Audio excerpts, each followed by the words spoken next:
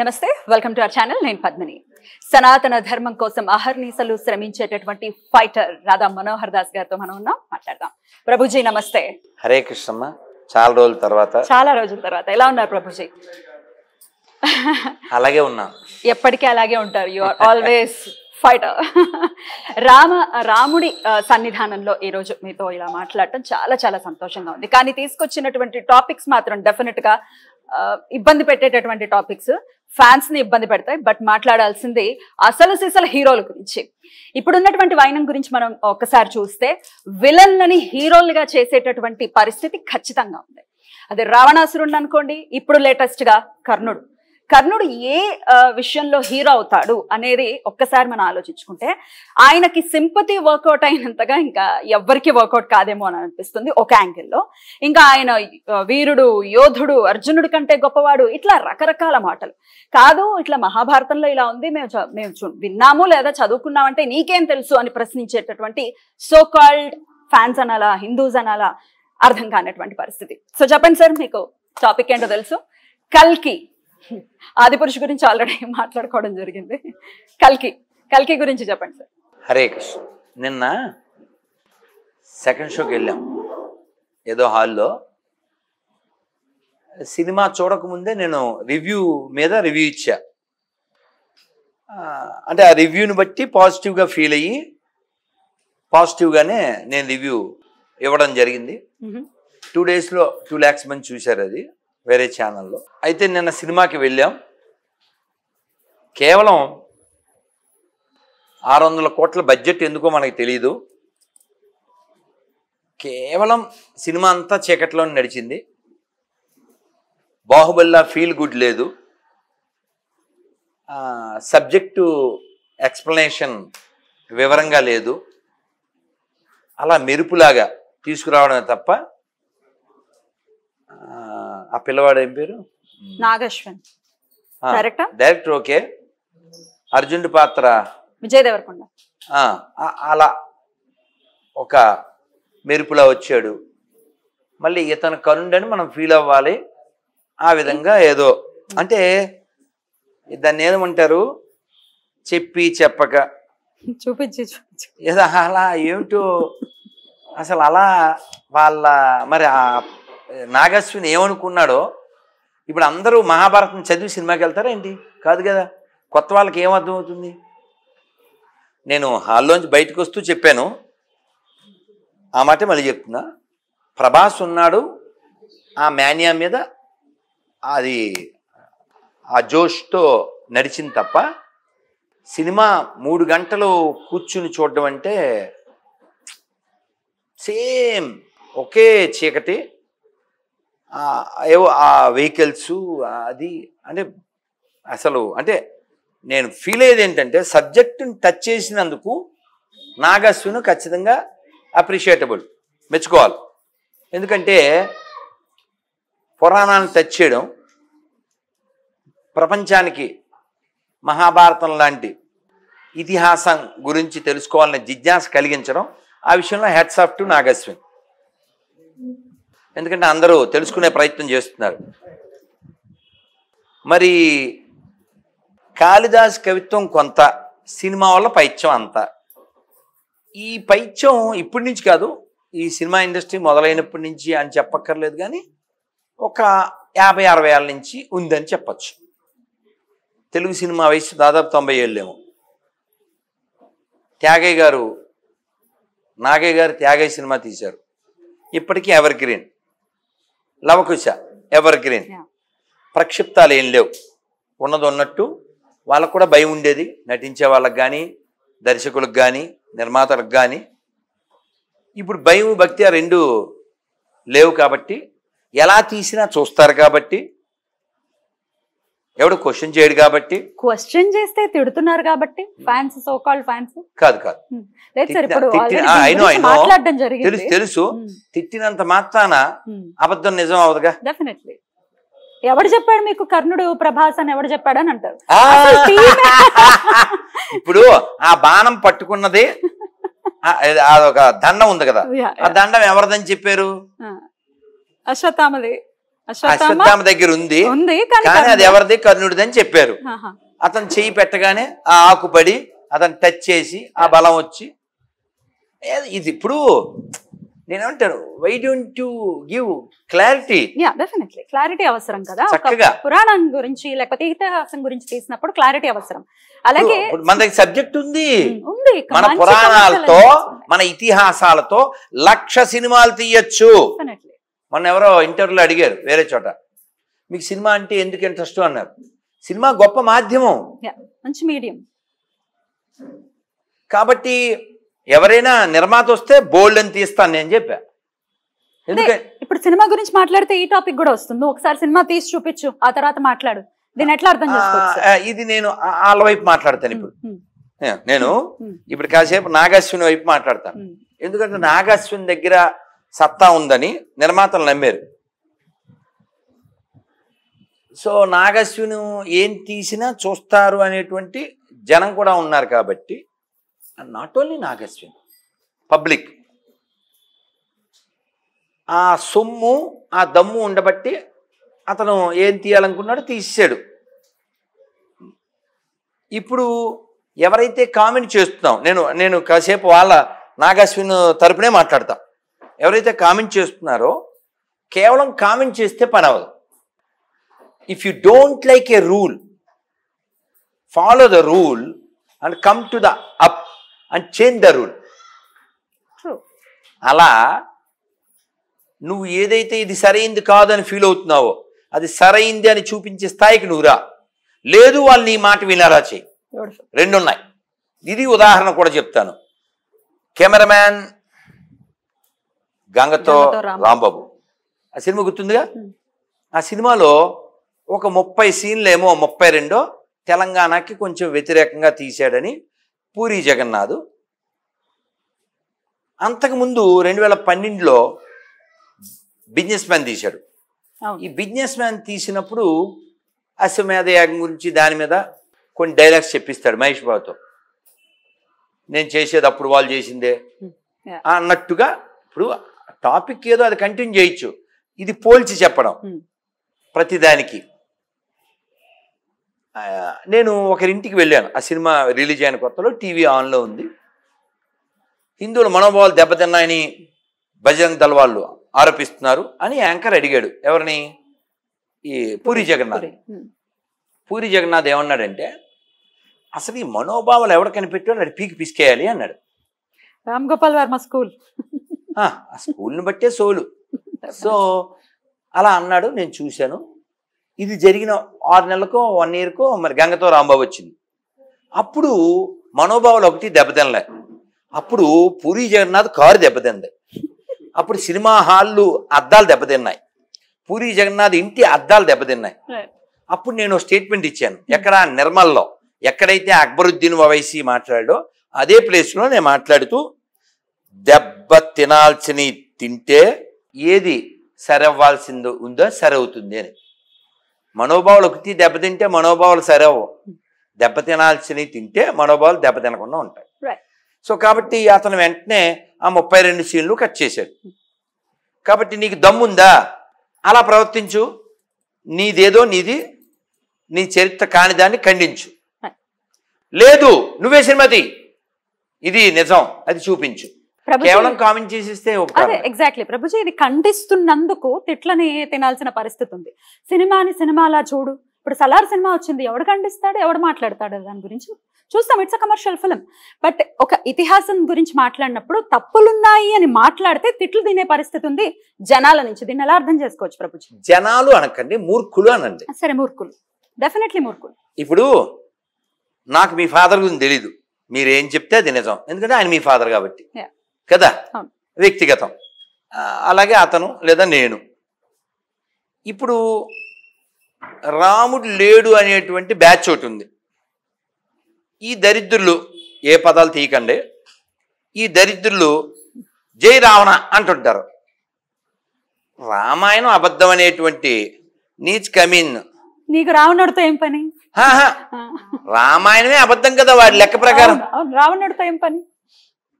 రామాయణమే లేనప్పుడు అందులో రావణుడిని ఎలా నమ్ముతావు నువ్వు? రావణుడు ఉన్నాను నువ్వు నమ్ముతావా? రావణుడి పేరు మీద జయంతులు చేస్తావా? రావణాసురుడు మా వర్గం అంటావా? 10 lakhs ఇస్తా అని చెప్పి 4 ఏళ్ళు అయింది, ఎవడు రాలే. హిందువులకు కూడా ప్రకటించారా? ఎవడైతే ఏంటమ్మా, ఎవడైతే ఏంటి. కాబట్టి మీ నాన్నగారి గురించి మీరు చెప్పాలి, అలాగే రామాయణం గురించి వాల్మీకి చెప్పాలి, భారతం గురించి వ్యాసుడు చెప్పాలి. అది చెప్పిందే ఒప్పుకోవాలి, లేకపోతే తప్పుకోవాలి. ఇంటికి వెళ్ళి ఏ దుప్పటో కప్పుకోవాలి. నీ ఇష్టం వచ్చినట్టు చెప్పకూడదు. Exactly sir. కర్ణుడు గాని అర్జునుడు గాని ఆ యుద్ధ భూమిలో వీరస్వర్గం పొందినటువంటి ఈ క్యారెక్టర్స్ ఏవైతే ఉన్నాయో మళ్ళీ బ్రతికి రావటం అనేది జరుగుతుందా? దీన్ని ఎట్లా అర్థం చేసుకోవచ్చు అంటే దీన్ని కూడా సినిమాలో చూడాలా? నాగ అశ్విన్ దాంట్లో కొన్ని పాజిటివ్స్ చూద్దాం. అతను పూర్తిగా ఖండనార్హుడు కాదు, అతని వినయం విషయం 2 ఉన్నాయనుకుంటున్నా. కానీ అతను పూర్తిగా సబ్జెక్ట్లోకి నేను ఫీల్ అయ్యేది ఒకటి ఏంటంటే, ఆ సినిమా చూసిన వాళ్ళకి తెలుస్తుంది అసలు ప్రభాసు ఎంత పర్సనాలిటీ, అది కామెడీ చేశారు అతనితో. ప్రభాస్ లాంటి ఏ బండి ఇస్తే బాగుంటది? బైక్లో హార్లీ డేవిడ్సన్ ఇవ్వాలి, లేకపోతే ఎన్ఫీల్డ్ ఇవ్వాలి. అది కూడా తక్కువ నన్ను అడిగితే. ఇచ్చారా? అది నా బాధ, అది నా బాధ. చచ్చిపోయి ఉండాలి, అది నా బాధ. అతన్ని ఒక కామెడీలా చేశారు. అతని యొక్క శౌర్యాన్ని, ప్రతాపాన్ని, అది ఎలా ఉండాలి? అతని శౌర్యం అంటే 60 కుటుంబాలతో పెద్ద ఆయన. ఏం సినిమా అది? మిర్చి. ఎలా బాగుంటుంది? Beautiful film. ఎలివేషను, అతని అద్భుతం. అలా ఉండాలి. పర్సనాలిటీకి తగ్గ క్యారెక్టర్ ఉండాలి. అతని పర్సనాలిటీ తగ్గదేం కదే కామెడీ పీస్ లాగా. Very bad. నేను ఫీల్ అయ్యేది అది. అతని తగ్గ సినిమా కాదు అది.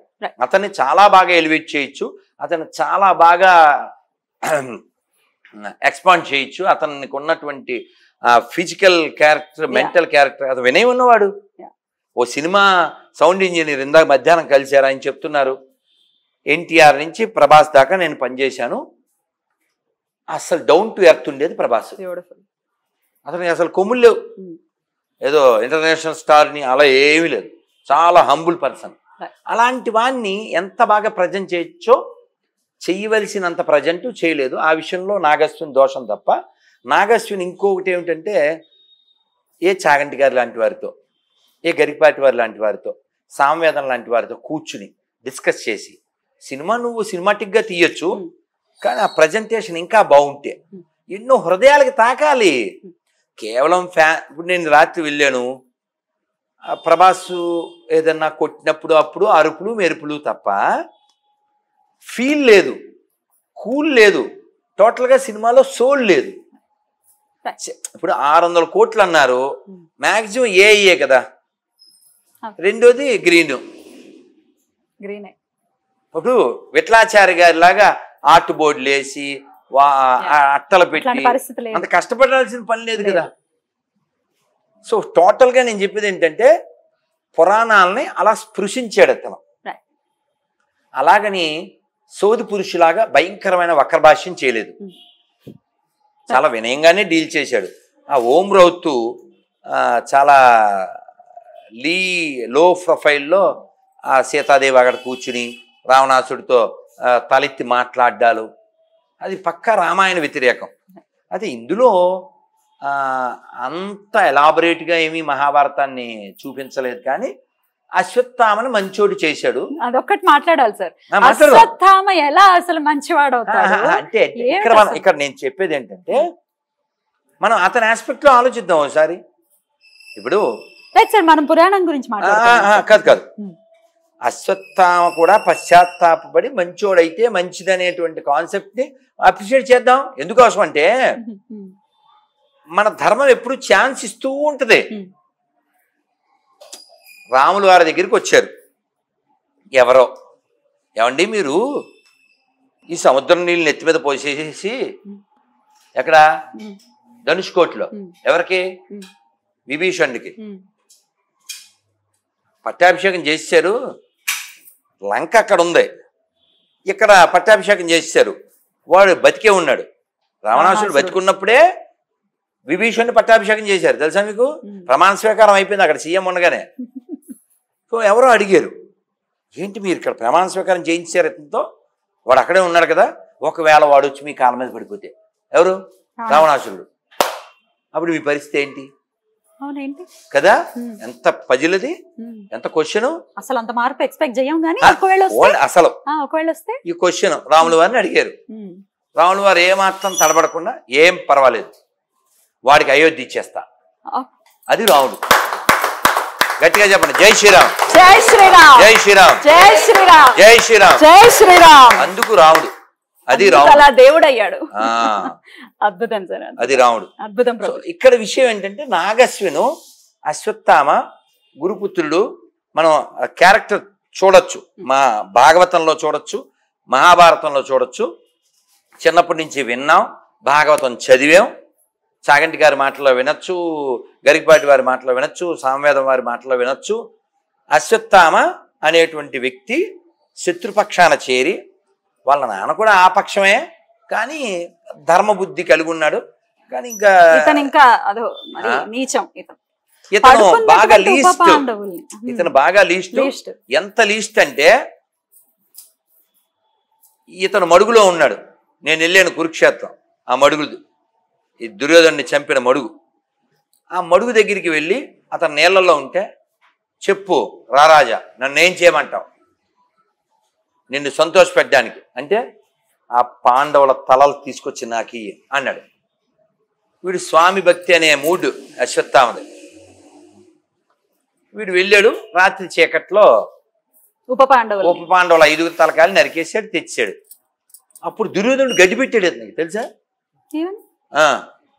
ఎంత గుడ్డోడు ఏమిటిరా, ఎవరెవరో ఏంటో తెలుసుకోకుండా పడుకున్న వాళ్ళ తలలు తెంపడం ఏమిటిరా అని గడ్డి పెట్టాడు. సరే, అది పక్కన పెట్టేస్తే ఆల్రెడీ హీ డిడ్ మిస్టేక్ కదా. అధర్మం పక్షాన ఉండడం ఓ తప్పు, అధర్మంగా పిల్లల్ని చంపడం ఓ తప్పు. ఇది కాక ఉత్తర గర్భంలో శిశువు ఉంటే, అభిమన్యుడు పుత్రుడు, ఉత్తర గర్భంలో ఎవరు పరీక్షిత్తు ఉన్నాడు. పరీక్షిత్ అది అభిమన్యుడు కొడుకు కదా. ఉత్తర గర్భంలో పరీక్షిత్తు ఉంటే వీడు బ్రహ్మాస్త్రం వేసాడు. ఉపసంహారం కూడా తెలియదు. బ్రహ్మాస్త్రం వేసేస్తే ఆ పిల్ల పాపం పరిగెట్టి ఏదో తరుగుతుంది, కృష్ణుడి దగ్గరికి వస్తే కృష్ణుడు రక్షించాడు. తర్వాత ఆ పిల్లవాడు పరీక్షిత్ అయ్యాడు, లోకానికి భాగవతం వచ్చింది. ఈ అశ్వత్థామ చేసినటువంటి దుర్మార్గమైనటువంటి పని ఆ పిల్లవాడికి కష్టాన్ని ఇచ్చింది, ఆ తల్లికి కష్టం ఇచ్చింది. అక్కడ ద్రౌపదిని బాధ పెట్టాడు, తర్వాత ఉత్తర్ని బాధ పెట్టాడు. ఈ స్త్రీలను బాధ పెట్టిన బ్యాచ్ అందరూ సర్వనాశనం అయిపోయారు. మీరు చూసుకోండి, సీతాయాశ్చరితం మహత్ ఇతి రామాయణం అన్నారు. రామాయణం రాముడి చరిత్ర నిజమే, కానీ వాల్మీకి ఏమని చెప్పారు? సీతాయాశ్చరితం మహత్ ఇది రామాయణం అన్నారు. ఇది రామాయణం సీత చరిత్ర అన్నారు. అలాగే మహాభారతం ఒక్క స్త్రీని అవమానించినందుకు ఇంత నాశనమై 100 మంది కౌరవులు నశించిపోయారు. వాళ్ళ వంశనాశనం అయిపోయింది. మీరు క్యారెక్టర్స్ చూడండి, చాలా powerful lady characters. Even Gandhari powerful character, Draupadi powerful character, Kunti powerful character, ఇలా చాలా క్యారెక్టర్స్ ఉన్నాయి. ఈ అశ్వత్థామ శత్రుపక్షం వాడు, శత్రువు, నీచమైన పనులు చేసిన వాడు. కేవలము ద్రౌపది ప్రాణభిక్ష పెట్టడం వల్ల బతికున్నాడు అతను. అంతే, గురుపుత్రుణ్ణి అలా చంపటం కరెక్ట్ కాదు. ఆవిడ ఒక తల్లిలా భావించిందండి. నాకు కలిగే బాధ ఇప్పుడు నేను అనుభవిస్తున్నాను, నా పిల్లలు చచ్చిపోయారు కాబట్టి. ఈ బాధ మా గురువుగారి భార్యకి కలగకూడదు. ఇప్పుడు వీడు మన దగ్గరికి వచ్చాడు, మీరు కట్టి అసలు చాగంటి గారు ఎంత బాగా చెప్తారు, పశువులా అంటే నేను చదివాను భాగవతంలో, పశువుని కట్టినట్టు కట్టి తీసుకొచ్చారు వాడిని. అర్జునుడు భీముడు, అది డిస్కషన్ కూడా బాగుంటది. చాగంటి గారు బాగా చెప్తారు. ఏమిటి వేద డిస్కషన్, వేదం ఒక్క భీముడు అంటాడంట, ఒక్కడు కొడితే కొబ్బరికాయ బయలుదేరి పగిలిపోతాడు వీడు, ఈ డిస్కషన్ ఎందుకు, చంపేద్దాం, మొద్ద చేసేస్తాను, ఇలా భీముడు కోపం కదా, భీముడు అలా ఉంటాడు. సో కానీ కృష్ణ భగవాన్ చెప్తాడు, మరి ద్రౌపది అతను చంపొద్దంటుంది, చంపినా చావనట్టు చచ్చినా బతికినట్టు ఏదో చెయ్యాలి అని చెప్పి వాడికి విలువైంది మనీ, ఆ మనీ తీసేయమని చెప్తారు, ఆ తల చెక్క కోసేయమని చెప్పి. అయితే నాగశ్విని ఏం చేశాడంటే దాన్ని లాక్కొచ్చి, యాక్చువల్ కలియుగాంతం ఎప్పుడు 5000 సంవత్సరాలు తెలుసా అండి? కలియుగంలో నన్ను అల్లరి చేయకండి, 4,32,000 సంవత్సరాలకి ఇప్పటికి 5,000 అయింది. 5000 ఇంకా ఎంత ఉంది? 4,27,000 ఉంది. 4,27,000 సంవత్సరాలు ఉంది ఇంకా. సో దీన్ని 6,000 చేసి వీళ్ళ ఆలోచనలు జోడించి అశ్వత్థామలో కూడా మంచితనాన్ని తీసుకొచ్చి పోన్లే మనం అప్రిషియేట్ చేద్దాం, అంతవరకు రీమిక్స్లు చేయకూడదు. వాళ్ళు మంచోళ్ళు అయితే మంచిదే, రావణాసుడు మంచోడు అయిపోతే మంచిదే, దుర్యోధనుడు మంచోడు అయిపోతే మంచిదే, గొడవలే లేవుగా. గొడవలే లేవు. అయితే కృష్ణుడే పెకిలించేశాడు ఆ మణిని అనేది వింటూ సలహా ఇచ్చాడు, అర్జునుడే కోసి. కలియుగాంతం వరకు కూడా తను ఒక కుళ్ళిపోయినటువంటి శరీరంతో పడి ఉండేటటువంటి శాపాన్ని సాక్షాత్తు శ్రీకృష్ణ పరమాత్మ ఇచ్చాడు. ఎలా మారిపోయి ఎలా మణి దొరికేసి అంటించేసి అదేమైనా నెక్లెస్ పెట్టేసుకోవడానికి నాకు అర్థం కానటువంటి విషయం. కాదమ్మా, ఇప్పుడు 4,27,000 సంవత్సరాలు 6,000కి వచ్చినప్పుడు ఇవి దొరకకూడదా? దొరికేసింది, అంటించుకున్నారు అంతేనా? ఇప్పుడు ఇప్పుడు ఈ సినిమాలు ఎలా ఎందుకు తీస్తారంటే నువ్వు అపోజ్ చెయ్యవు, నువ్వు తగలెట్టవు కాబట్టి. అదే వాళ్ళ ఖురాన్ మీద సినిమా తీయమను. ఇప్పుడు మీకు గుర్తుందో లేదో, డావిన్సీ కోడ్ అని రాజశేఖర్ రెడ్డి ఉన్నప్పుడు సినిమా వచ్చింది, డావిన్సీ కోడ్. నేను ఆ ఇంటర్వ్యూ కూడా చూశాను, జెమిని అని అప్పట్లో టీవీ ఉండేది, ఇప్పుడు ఉందో లేదు నాకు తెలియదు. ఉందా? Thank you. ఆర్ నారాయణమూర్తి గారు కూర్చున్నారు, ఓ పాస్టర్ ఫాదర్ కూర్చున్నారు. ఆర్ నారాయణమూర్తి గారు బోలా మంచి కదా, మన జనరల్ మన టైపే. ఆయన అలా సరదాగా బ్రదర్ అని చాలా జోవియల్గా ఇది స్టోరీ వాళ్ళు తీశారు, మనం చూద్దాం అని ఇలా చెప్పారు. అయినప్పటికీ అప్పుడు ఒత్తిడి ఉండడం వలన, ఆయన కూడా క్రైస్తవ మనిషి కావడం వలన ఆయన దాన్ని బ్యాన్ చేశారు. తీసినోడు ఎవడు? విదేశీ ఒరిజినల్ క్రైస్తవుడు. బ్యాన్ చేసిన వాళ్ళు ఎవరు? సగం సగం క్రైస్తవుడు. ఇది విషయం. డావిన్సీ కోడ్లో మేరీ మగ్దలిన్ అనే ఆవిడ యేసుకు భార్య అయినట్టు, ఆవిడ అతనికి 2 పిల్లలు ఉన్నట్టు స్టోరీ. అది వాళ్ళు తీశారు, మనం ఏం చేయలేదు. వాళ్ళు తీసిన సినిమాలు కూడా వీళ్ళు ఒప్పుకోలేకపోతున్నారు, ఒరిజినల్ క్రైస్తవులు చేసింది. మరి ఇప్పుడు మనం ఎందుకు రియాక్ట్ అవ్వలేకపోతున్నాం అంటే మనకి పురాణ అవగాహన లేదు. కాదు ప్రభుజీ, రియాక్ట్ అయి నేను ఇంటర్వ్యూ చేస్తేనే నాకే రకరకాల వర్షాలు కురిసాయి అనమాట. అంటే రియాక్ట్ అవ్వకూడదు, నోరు మూసుకు కూర్చోవాలి. సినిమాలో చూడాలి, ఇతిహాసాల జోలికి వస్తే సినిమాలో చూడాలి. ఎలా చూస్తాం? అబద్ధం చెప్తే రియాక్ట్ అవుతాం. రియాక్ట్ అవ్వద్దని మన వాళ్ళే అంటున్నారు. ఎవడో వాళ్ళు మన వాళ్ళు అనకండి, మూర్ఖులు అనండి. రైట్. ప్రభుజీ ఇతిహాసం గురించే చెప్పండి. వాడు చదవలేదు, వాడు వినలేదు, అథెంటికేషన్ కావాలి కదా. ఇప్పుడు ఈ మాజీ సీఎం ఇప్పటికీ నేను సీఎం అంటే సంతకం చెల్లదు. సీఎంలా నువ్వు ఫీల్ అయితే సరిపోద్దా? నువ్వు సీఎం అయి ఉండాలి. అలా నీది కరెక్ట్ అని నువ్వు చెప్తే అయిపోదు, అది అయి ఉండాలి. వ్యాసుడు authorised, the author is authorised. ఆయన చెప్తుంది కరెక్ట్. ఒకవేళ వ్యాసుడు చెబితేనే మహాభారతం కరెక్ట్, వాల్మీకి చెబితేనే రామాయణం కరెక్ట్. ఎవడు పడితే వాడు చెప్పకూడదు. మీ నాన్న గురించి మీరే మాట్లాడాలి. ప్రభుజీ, కర్ణుడు హీరోనా విలనా? What is your opinion? కర్ణుడు దేనికి ప్రతీక? ఓసారి చూడండి. నోటి దోలకి నెంబర్ 1 ప్రతీక. నేను చెప్పలే, మహాభారతం చెప్తుంది. సభాపర్వం చూడండి. ద్రౌపది బట్టలు ఇప్పించి తొడ మీద కూర్చోబెట్టుకో అని సలహా ఇచ్చిన దూతుడు ఎవరు? దుర్యోధనుడికి. అసలు దుర్యోధను సంకనాకించడంలో నెంబర్ 1 ఎవరు? కర్ణుడు, నెంబర్ 1. అలాగే అభిమన్యుడు చిన్న పిల్లోడు, 20 ఏళ్ళు కూడా లేవు. అతన్ని వెనకాల వెళ్ళి చంపేద్దాం అని ఐడియా ఇచ్చి అమలు చేసినోడు ఎవరు? భారత వీరుడు అని ఎవరిని అనొచ్చు? అభిమన్యుడిని అనొచ్చు కదా. అతను యోధులు, మావయ్య, పెదనాన్న, తాతయ్య, ఒక్క చిన్న కత్తి ఇవ్వండి, చిన్నది చాకు, ఒక్క ఆయుధం ఇవ్వండి, వేసేస్తా అన్నాడు. అంత పవర్ఫుల్ పర్సన్. అయితే వెనకాల చేరి వెన్నుపోటు పొడిచి చంపారు. సో దిక్కుమాల సలహాలు ఇవ్వడంలో, నోటి దోళ్ళలో, వెన్నుపోటు పడవడంలో, మోసం చేయడంలో ఇతను అగ్రగామి అయి ఉంటే ఇతను ఎలా హీరో అంట హైప్ చేస్తావు కదా?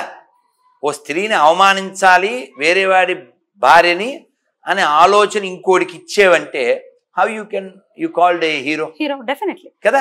ఈ పాయింట్ ఆఫ్ వ్యూలో కుంతీదేవిని అవమానిస్తూ ఉంటారు. కుంతి అలా చెయ్యబట్టి కర్ణుడు అలా మారాడు. కర్ణుడు అలాంటి ఒక దుస్సాంగత్వంలోకి వెళ్ళటం కానీ అన్నిటికీ కారణం కుంతి అని అంటారు. మీరేమంటారు?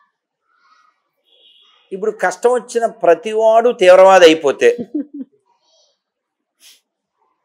ఇప్పుడు కాశ్మీర్లో అలా ఎందుకు అయిందంటే ఈ వాళ్ళ అమ్మని నాన్నని చిన్నప్పుడే చంపేశారు, అందుకే వీడు తీవ్రవాది అయిపోయాడని. మరి ఇప్పుడు కాశ్మీర్ పండిట్లలోంచి ఎంతమంది తీవ్రవాదులు తయారయ్యారు? అంటే తీవ్రవాదం వాళ్ళ బ్లడ్లో ఉంది కాబట్టి వాళ్ళు తీవ్రవాదులు అయ్యారు. మన బ్లడ్లో సర్వేజన సుఖనభావంతో ఉంది కాబట్టి మనం అవ్వట్లేదు. సో దీనికి మీకు ఆన్సర్ ఏమిటంటే, నేను చిన్నప్పుడు అలా వదిలేసింది మా అమ్మ, అందుకే ఇలా అయిపోయింది నెగిటివ్ అది ఇది అని అంటే దానికి కృష్ణుడు ఆన్సర్ ఇచ్చినట్టుగా ఒకటి వచ్చింది, బాగుంది అది. నేను పుట్టడం ఎక్కడ పుట్టాను? జైల్లో పుట్టాను. పుట్టిన కాసేపటికి అమ్మా నాన్న వదిలేయాల్సి వచ్చింది. మళ్ళీ గోకులం వెళ్ళాను, అక్కడ గొడవలు. అక్కడి నుంచి బృందావనం వెళ్ళాను, అక్కడ గొడవలు. నన్ను ప్రశాంతంగా ఉండనివ్వలేదు. మళ్ళీ మధుర వచ్చాను, అక్కడ చంపించడానికి నా మీద కోలైపోవడం ఏనుగుని పంపించారు. ఫైనల్గా మా మావయ్యని ఎక్కడ పంపాలో అక్కడ పంపి మా తాతగారిని కూర్చోబెట్టాను. ప్రశాంతంగా బతుకుదామంటే బతకనివ్వడు, ఆ జరాసంధుడు వాడు వీడు వస్తాడు. అందుకని నేను వెళ్ళి అక్కడ సముద్రంలో నగరం కట్టుకున్నాను. మరి నీ ఒకరికైనా ప్రాబ్లమ్స్ ఉన్నాయి? ప్రాబ్లమ్స్ ఉన్న ప్రతి ఓడు క్యారెక్టర్ని కోల్పోకూడదు, క్యారెక్టర్ని షైన్ చేసుకుని లైన్ అవ్వాలి. Beautiful sir, beautiful. రాముడికి లేవా ప్రాబ్లమ్స్? ప్రాబ్లం అనేది వంక, వీడికి కావాల్సింది డొంక, వీడు అంటించుకునేది బంక, మరి ఆగింది పంక. రాముడు ఎందుకు వాలితో స్నేహం చేయలేదు? సుగ్రీవుడితో ఎందుకు స్నేహం చేశాడు? క్యారెక్టర్ డెఫినెట్లీ చెప్పారు. రాముడికి లేవా కష్టాలు? కాదండి, వాలి చెప్పాడు. అయ్యో ఈ మాత్రం దానికి ఇంత యుద్ధాలు ఇవన్నీ ఎందుకు? నాకు ఒక్క మాట చెప్తే వాడిని తోక్క కట్టుకొచ్చేసి, రావణాసుడిని తోక్క చుట్టి తీసుకొచ్చేసి నీ ముందు నిలబెట్టేద్దును కదా. రాముడు ఎప్పుడైనా పని అయిపోతే చాలు అనుకునేవాడు కాదు, అది ధర్మ మార్గంలో అవ్వాలి. చాగంటి గారు స్పష్టంగా చెప్పారు, రామాయణంలో స్పష్టంగా చెప్పారు. ఏమని? రాముడిని మనం ఎందుకు పూజ చేస్తాం? ఎందుకు పూజ చేస్తాం? రామో విగ్రహవాన్ ధర్మ. రాముడు ధర్మమూర్తి కాబట్టి పూజ చేస్తాం. రాముడు కేవలం పొడుగ్గా ఉన్నాడు కాబట్టి కాదు, రాముడు రాజుగారి అబ్బాయిని కాదు. గుణము గుణము రాముణ్ణి పూజించేలా చేసేది గుణం. కాబట్టి ఆయన గుణనిధి, ఆయన కరుణానిధి. That's why it's called Dasharathi, కరుణా పయోనిధి. కాబట్టి గుణం కావాలి, గుణం కావాలి, అదే నొక్కి చెబుతున్నాం. మన ధర్మం విషయంలో ఇంత కష్టం ఎందుకు వస్తుందంటే, పిల్లల్ని గుణాల చేత పెంచకుండా కేవలం ధనం ఉంటే చాలు, చూడు ఆ పక్కింటోడు ఈ ఆడు అని పోల్చి పోల్చి పోల్చి వీడి మనసుని కాల్చి కాల్చి వీడు రాటుదేలి నాటుగా తయారైపోయి, నా పాట చూడు నాటు నాటు నాటు, మిమ్మల్ని వేసేస్తాను చూడు వేటు వేటు వేటు అని తీసుకెళ్ళి మీకు చూపిస్తాను ఒక చోటు అని ఓల్డేజ్ హోమ్లో వేసేస్తాడు. మళ్ళీ అయితే రాముడు పుట్టిన నేలలో, రామాయణం లిఖించబడిన నేలలో ఓల్డేజ్ హోమ్స్ ఏంటి? ఈ హైదరాబాద్ చుట్టుపక్కల 430 పైన ఓల్డేజ్ హోమ్స్ ఉన్నాయంట. ఏంటి దరిద్రం? ఆ పిల్లవాడు కావిడిలో మోసాడు. ఏం పిల్లడు? శ్రవణ కుమారుడు. అది ఈ నేల గుడ్డి వాళ్ళైన తల్లిదండ్రులని కావిడిలో మోసి సేవించుకున్నటువంటి శ్రవణ కుమారులు పుట్టిన నేలలో ఈ ఓల్డేజ్ హోమ్స్ ఎందుకు పుడుతున్నాయి? మరి అలా పిల్లలు ప్రయోజకులు అవ్వాలి, లేకపోతే వీళ్ళని కూడా దైవాలలాగా చూడాలి అని అంటే ముందు అసలు ఇతిహాసాలు పురాణాలు చిన్నప్పటి నుంచి నేర్పాలి. ఎవరికి తెలియాలి? పెద్దలకు తెలియాలి. ఆవు చేలో మేస్తే దూడ కూడా దూడ గట్టు. అందుకే నేను లాంగ్ ఎగో ఒక వీడియోలో టైటిల్ కూడా పెట్టాను, there is no bad childrens, there is only bad parents who spoil the good childrens. నువ్వు వాళ్ళు నేర్పవుగా. బాక్సులో రసగుల్లా పెట్టాను, నువ్వు ఒక్కడ పెట్టాను, ఇంకెవడికి పెట్టకు. వాళ్ళ అమ్మకు కూడా పెట్టాడు, వాళ్ళ నాన్నకు కూడా పెట్టాడు. ఆస్తంతా నాది, మీరు బయటికి పోండి అని చెప్తాడు. వాడిని ఎవరు తయారు చేశారు? నువ్వే. పంచుకోవడం నేర్పండి. ఒక అమ్మాయి వాళ్ళ నాన్న చచ్చిపోతే బెంగళూరులో అపార్ట్మెంట్ వాళ్ళు ఫోన్ చేశారు, మీ నాన్నగారు చనిపోయారంటే ఏం చేయాలి ఇప్పుడు? కుదిరితే మీరు తగలెట్టండి, లేకపోతే చెత్తకుప్పలో పడేయండి. అది డాక్టరా? భాగవతం ఏం చెప్పింది తెలుసా బాబోయ్, చాలా కటువుగా ఉంటుంది. చెప్పండి. దే కన్సిడర్ యాజ్ యూరిన్ అని చెప్పింది. They should be.